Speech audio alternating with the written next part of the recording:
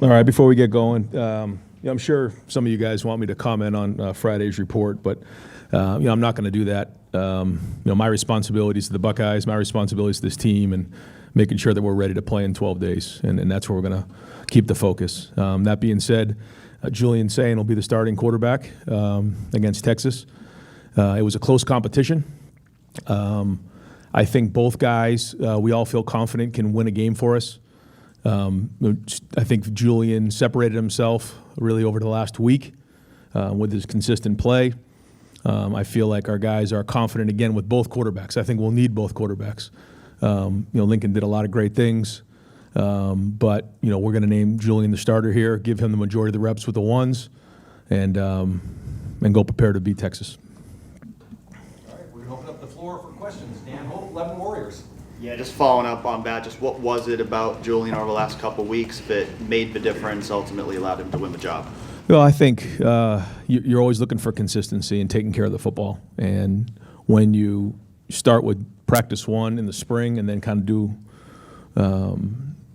study on the entire, growth over 6 months, you see that there was a lot of growth made. And you look at the numbers and the production, we felt like, he was, in a situation where he was ready to go play in this game. We also feel like Lincoln's ready to play. But, overall, Julian was more consistent. Pat Murphy, 24/7 Sports. You mentioned Lincoln and still needing him. We talked about this in the past when you've named starters, but how important it is for him to handle this the right way. Obviously, he's been a backup before, but not maybe the primary backup. So what is his role now? Yeah, he was great in the meeting that we talked about. He's he knows in his heart he's going to play this year. And so he's going to prepare to play in the first game, and we know it's a long season. So, I'm sure he's a competitor. I'm sure he wants to play in the first game, but I wouldn't say he's discouraged. I thought he had a good practice out here today. He had good energy. The team knows that we're going to need him. So, and he knows. Again, I thought that was excellent leadership on his end, and it's a long season. Over here to the right, Adam King, WBNS. How did Julian take the news, and how did you kind of talk about it with both those guys? Yeah, met with them quickly this morning and shared with them, the decision.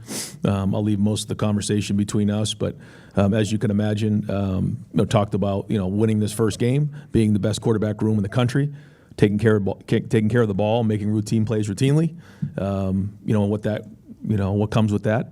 And we got to prepare like heck over the next 12 days to go, win a monster game early on. So that's it. And one thing's for sure is we work them hard in practice, and it's our job to make sure that they feel like when they're out there on the practice field, it's as game-like as possible, knowing that that's completely unrealistic in terms of the fans and the crowd, but in terms of the intensity of the practices, what we put on them, the expectations. And there's a reason for that, so that they can go perform in a situation like this. And, I shared with them, when they get in the game, let it rip. Go get it, man. Play with confidence, because that's what all the preparation rewards you with, is the ability to play with confidence. Over here to the right, Andrew Gillis, Cleveland.com. Ryan, with Julian, what did you learn about him in this process? Obviously, I'm sure you got an idea coming in, but what did you learn about him as a quarterback and as a leader? Smart, poise, has good composure, can see it, has good timing. And has really built command and confidence as time has gone on, and so has you see the traits, you see the accuracy, you see the ball getting out of his hand quickly, but the ability to run the offense, get us into the right play, make good decisions, throw it away when we need to, and ultimately take care of the football. But he can fit the ball into tight spaces when he needs to. He's got a good feel for the pocket, and so all of those things were areas that we recognized that he's taken steps forward here during the preseason. Far left, Jared Smalley, WCMH. Hi, Ryan. Over the weekend, naming the block O with a young man who has changed positions here, who has developed here. His relationship with Coach Mick is unique in that development. Can you explain a little bit about why he was a good choice for that role? and then his relationship with Coach Mick and how they have worked together to create this career that he's building on. Yeah, when we decide to award a player with the Block O, it's Coach Mick and the strength staff and myself who vote on it. And this year it was unanimous. And that speaks to Sonny and the work that he's put in the summer, the off season, the leadership that he's shown, the ability to stand in front of his teammates and say hard things.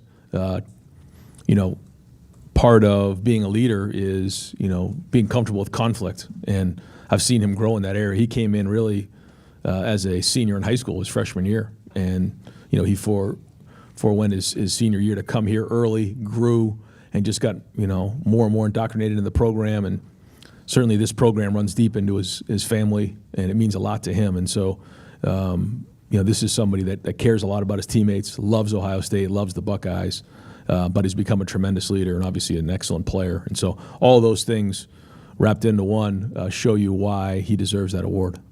Just to follow up on that. With the way that Mick has prided himself on development of people, Yeah. not just development of physical traits, can you just, I know that's one example, but can you help us understand why he plays such a unique role in making those stories happen? Yeah, so, our entire program starts, it's our foundation with the weight room and what Mick does in there. The discipline, the leadership, the accountability, the discipline, all of those things. And, Mick's been doing it a long time, and he knows that it's very difficult to replicate what happens during a season and what happens during a game in those moments where things get really, really hard and you have to respond. And so he tries to create that as many times as he can and then teach them the lessons along the way because he knows what it looks like. He's seen it, has tremendous wisdom. And he's just, he's unrelenting. He comes every single day with the same amount of energy. And, if you call him at 8:30, he's already sleeping because he's going to be up at 4 o'clock. I mean, that's just the way he is. He cares about his players. He cares about his staff, and he's going to constantly push guys. And the other part of it is, he's a truth teller. We all need truth tellers in our life, and that weight room doesn't lie. The weights don't lie, and so that's why I think so many guys grow because they get the truth from him. And although they may not always like it, that's how you grow. Yep. Austin Ward. Do you think there are any jobs that haven't been settled for next week yet? Well, I think there are positions where we've sort of drawn a line where these guys are going to head to the scout team and have a ways to go to get on the field, and then there's certain positions where we feel like we feel comfortable putting these players into the game. So, for instance, I think right now we would say that we're probably 6 or 7 guys that we feel comfortable putting in a game on the offensive line. I don't think we fully decided how many reps everybody will play in the O-line, but I think you will see a little bit of a rotation, sort of like you saw at times during the playoff run where guys would get in there for 15, 20 snaps, take a little bit off of the starter. I think, at running back, we feel comfortable that we can play, 3 guys in the game. Receiver, that's something that we're still working through. How deep do we feel? There's been times we've had 6 guys we feel comfortable. Some years we've only had 3. Tight end is probably the deepest we've been. Probably feel comfortable with 4 or 5 guys actually going in the game at tight end. On defense, I think we feel comfortable with 3 safeties, a couple nickels, 4 corners. 4 linebackers. I'm going to miss somebody along the way, but that's kind of how we feel, and so we will rotate. The first one is a little different. If it wasn't a game like Texas, you probably would see more rotation. But as we get closer, we'll start to get an idea of how many snaps each guy's going to play. Far left, Katie Capusta, Spectrum News. Coach, in years past, I think 2 years ago, when you were naming the starter, it was you were leaning on 2 quarterbacks. Why is it so important, especially when you're playing a team like Texas, to name a starter now and have that confidence in that quarterback, but also give the team an idea of who the leader is? Yeah, I think in a game like this, you got to prepare, you got to get the reps with the ones, you got to be at your best for the first game of the year. And if you are splitting reps, I think that's hard to do because you only have so many times in practice where you can rep a play, and a lot of times you need 3 or 4 reps at the very least, in that week of a play to get the different looks, the different coverages, the different leverages, and making sure that receivers can only run so many routes, for example. It's the same thing up front. So each of these reps become valuable as you get closer to the game. As we're further away from the game, not as much. You can roll guys and you can watch guys learn and grow and see how they respond. But as we get closer, those reps become more valuable.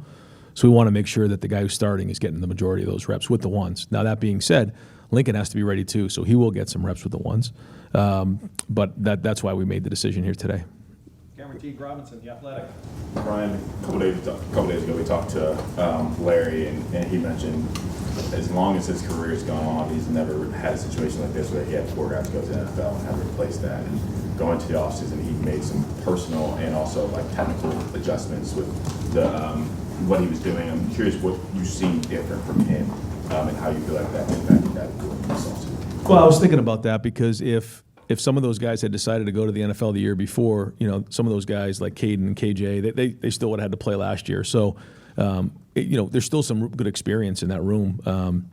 But they didn't play as much. They weren't starters. So now they're getting thrust into a role where they are starters. And I think it's been a great challenge for that room, for Larry.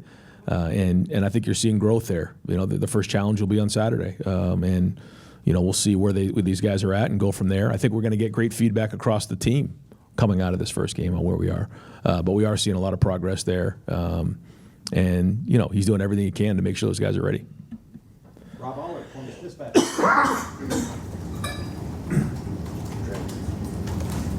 Yeah, Will Howard was a transfer. Julian's a transfer. Do you guys have discussions? Does that enter into the equation at all in terms of who you're going to start, the message that might be sent versus a guy you recruited straight out of high school? Or is that just football today? Well, yeah, it's football today. It is, yeah. But in a perfect world, we would love to recruit high school players, develop them in the program for a few years, and then watch them grow and build. But there's no time to play any games or mess around. I mean, you got to win now, and so the best players play, and that's the way we look at it. But as you know, we want to make sure we're recruiting the best players in the country and then developing them and retaining them because that's how you keep a culture in place. But you win games right now by playing the best players. So that's the balance that we need to find. Dylan Davis, Delaware Gazette.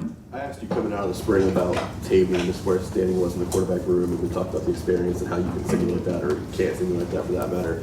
Now that you've seen him in some game-like reps, scrimmage, and things like that, what kind of progress has he made, and is he even in the conversation for potentially playing in that QB2 role? Could he get to that point this season? He's not there right now, but he has made progress. I think he knows where his deficiencies are right now, and he's been told those. And I think that's really what this weekend was after the scrimmage was. People were able to get feedback, figure out what the things they've done well are, but the things they need to work on. He knows what he needs to work on. He has all the traits. He has the tools. We think he can absolutely be the quarterback of our future. But he's got a gap here that he's got to cover, and he's working at it hard. And it's Billy's job and my job and Hart's job to make sure that we're giving him everything he needs to grow. But he has the tools. But right now he's the clear third. Jeremy Birmingham. All right, if you go back to January and think about this quarterback competition that was ahead, has it been harder than you initially thought it would be to get to this point with Julian, and why? I just think it's been a great competition. I mean, if you get around both of these guys, they're both competitive and both talented.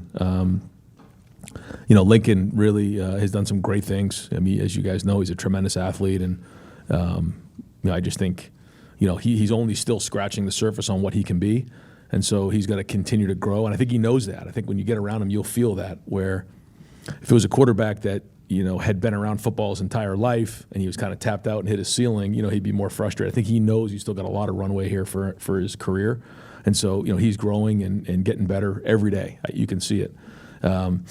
Julian has gotten stronger and bigger, which is obviously something he needed to do, when he got here. And he's learned the offense and he's playing faster. So, again, the good news is we feel good with both of them in the game.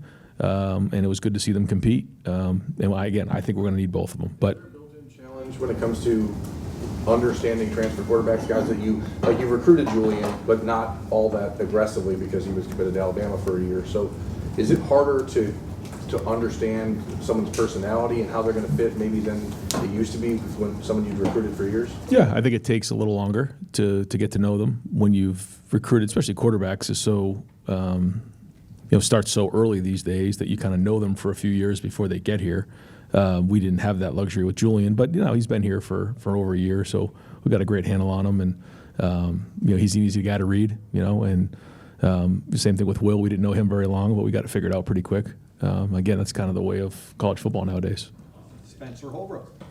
Seems like all preseason we haven't really talked about Max Clare a lot. What have you seen from him in his first training camp here, and have you fully understood, I guess, what kind of weapon he can be compared to just watching him on film? Yeah, really talented, explosive when the ball's in his hands, and you saw last year what he did, and so it's been fun to watch that tight end group grow and watch what he can do. I think it's been good for him. I think he would tell you, I don't want to put words in his mouth, but going through a training camp and a spring ball at Ohio State was different for him. And he's really been pushed in a lot of areas, and he's shown a lot of growth. And, he's become a better football player every day, and excited to see him play on Saturday. Tony Gerben, Buckeye Huddle. A couple of quick points. You mentioned 3 running backs, 4 linebackers. Who's that third running back? Who's that fourth linebacker? I knew you were going to ask me that. What's the punting situation? Yeah, Nick's been doing a good job. He really has improved. Got his black stripe off the other day. Joey's been improving too. And so, again, those are 2 guys we feel comfortable. Both those guys could kick in the game, could punt in the game. So I'll let Rob continue to work on that. But I feel comfortable with both of those guys in the game. Joey is the incumbent there. In terms of the running backs, I'm going to let Coach Locke kind of handle that, because once I start going through that, my phone will be buzzing and everything like that. So the competition continues, and we'll keep evaluating it. We're still 12 days out. So, there were some things out there today that we saw that, move guys up, move guys down. I mean, that's kind of how it goes in the first week. And when you have a different game like than we have in this one right here, like maybe last year, you could go into a game, give a bunch of guys some plays, get a little bit more of an evaluation, and start to evaluate it from here.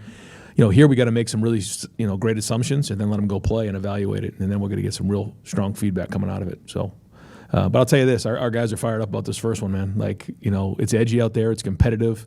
They're fired up, and this game's coming fast, and our guys will be ready. Joe Reedy, Associated Press. Ryan, in terms of last year with Will and having a limited run rate, in terms of this year's quarterback competition, anything you learned from that last year that you applied to the competition this time? No, not as much last year, just because Will was so much more experienced and an older guy. These guys are younger, so I put them more into the guys that we had who were into year 2 or really their first year starting. And then, how that's going to go, because once they get on the field, it's not a finished product. There's a lot of stories. I mean, think about C.J. Stroud and kind of where he had the Minnesota game, then he had that Oregon game, and then it kind of built from there as the season went on. And, when you have a young quarterback, there's different things that you got to work through. So, I think more about maybe those than I do Will. Just as a follow-up, how much of this week is still honing stuff for preseason before you get into kind of full-on Texas prep?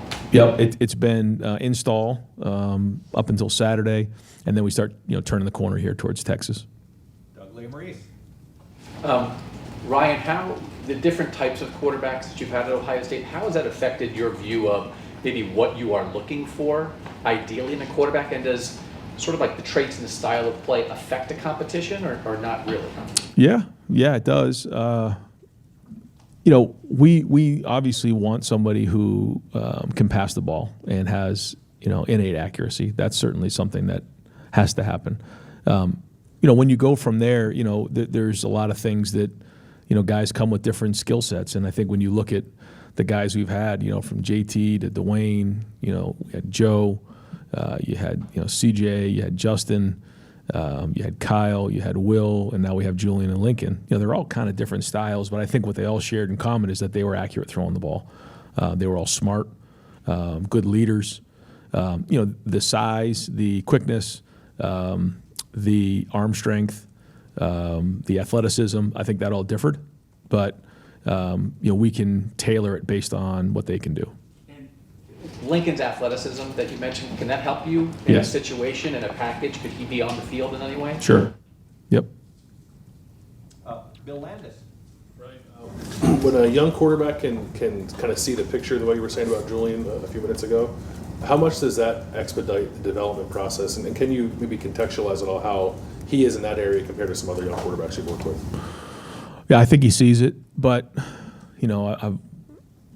I've learned that when you're talking about players, it's like a difference between a professional and a player. A professional is remembering things.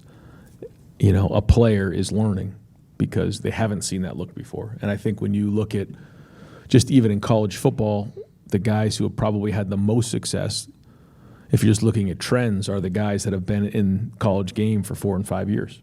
You look at Penix, you look at Will, you look at Stetson Bennett, you look at Bo Nix, you start going through the list of guys. They're guys who have been in college football for several years. Why? Because they're remembering those plays. I think the guys who go on to the NFL that do well are typically a little bit older because they've played some.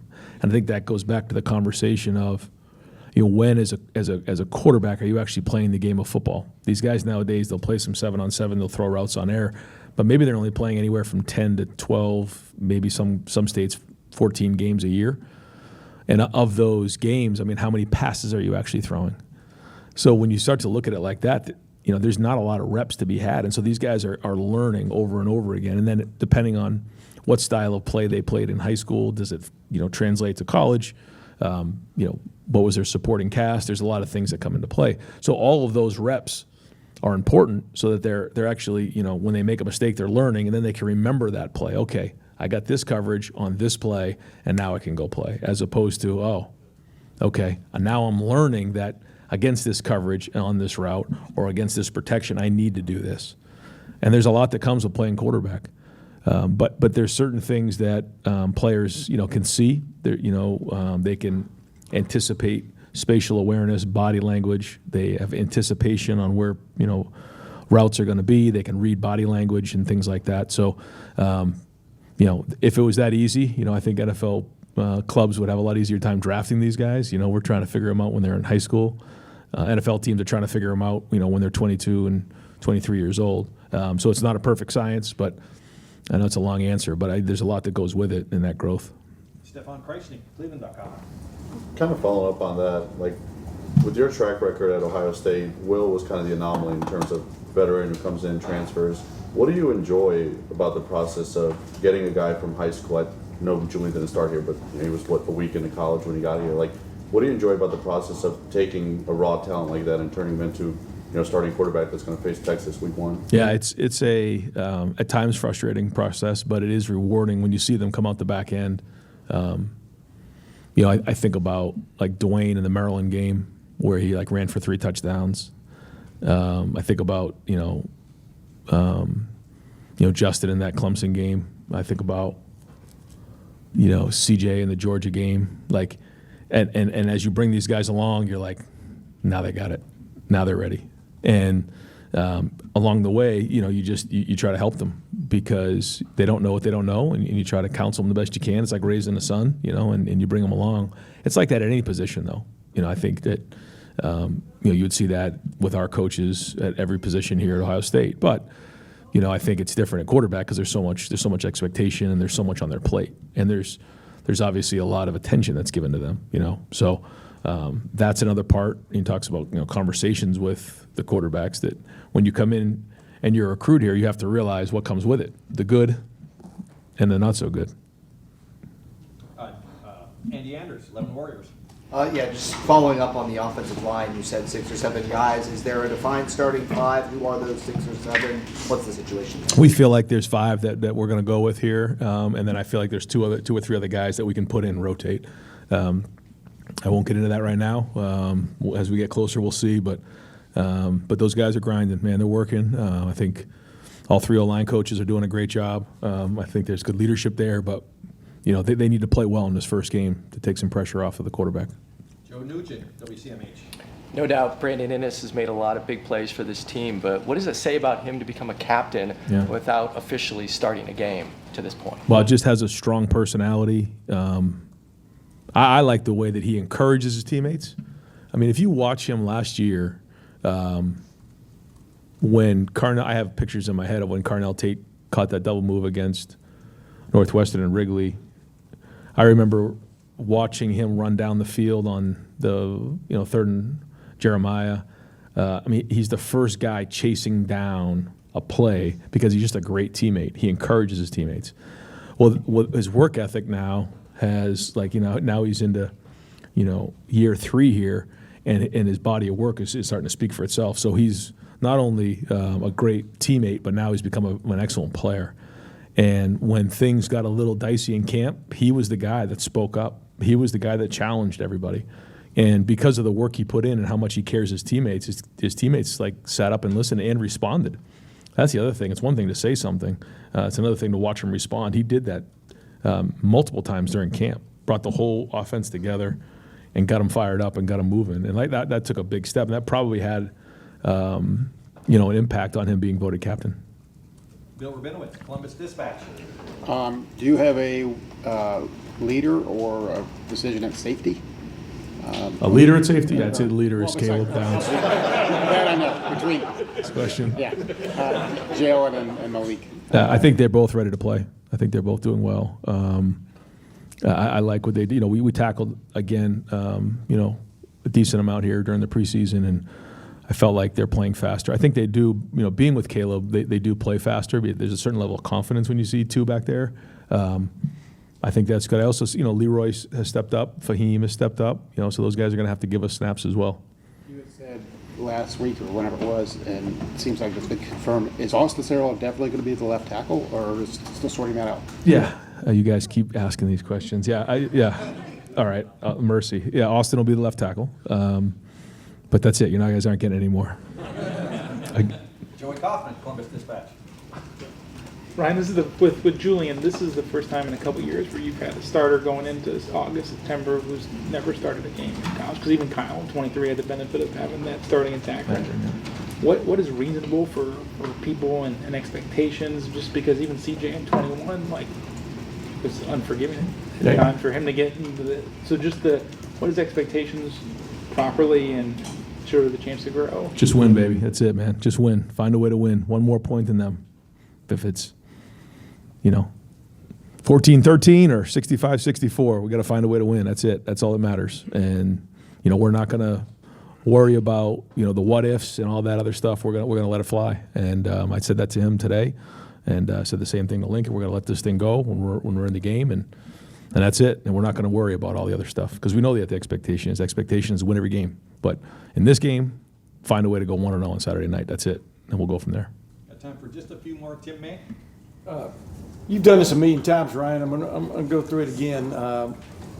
When did it become apparent to you that Julian was the guy, and then did you spend a couple of days reinforcing that in your mind? Because ultimately, the head coach does make that final decision. You got all that input and stuff. And where was that moment where you saw him just like a test? Yeah. That I'm going to see how he does on this particular play or this particular series, and he went from there. It wasn't that. It was about a week ago, though. I just started to see some throws and some anticipation. There was a couple reps where, the rush was getting to him. And in those moments, you have to make quick decisions. And if you just throw it to the other team, not good. If you either throw it away or find a way to put it in a spot, even if it's a check down or something like that, I saw some of those things going on, making the routine plays routinely. I also saw command in the huddle. Again, not that I didn't see some of those things with Lincoln, but you're asking about Julian in particular. Saw those things and started to feel like, okay, we can win with this guy. Yeah, and he's not just a quick release guy, like you said. He's got savvy about him. Would you describe him? Yeah, and he's a good athlete. He moves quick. He's got, you saw it last year. He got out of the pocket and scrambled during one of the games it was in. So, he's got that in him, and he's worked hard in the offseason to change his body.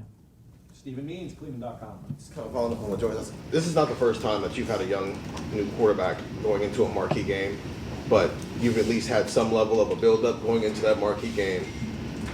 How does that work your nerves? How is it maybe, as you guys are putting together an offensive game plan, how much you want to put on his plate versus maybe allow the weapons to work for him? How much I mean, what's the thought process going into your head when you don't necessarily have games to like get to know him in a game before he gets thrown into this? That's why we practice so hard, is to get an idea of that, and then we're going to work through those things. But like I said before, the offensive line's got to help them. They got to protect well in this game. They got to block well.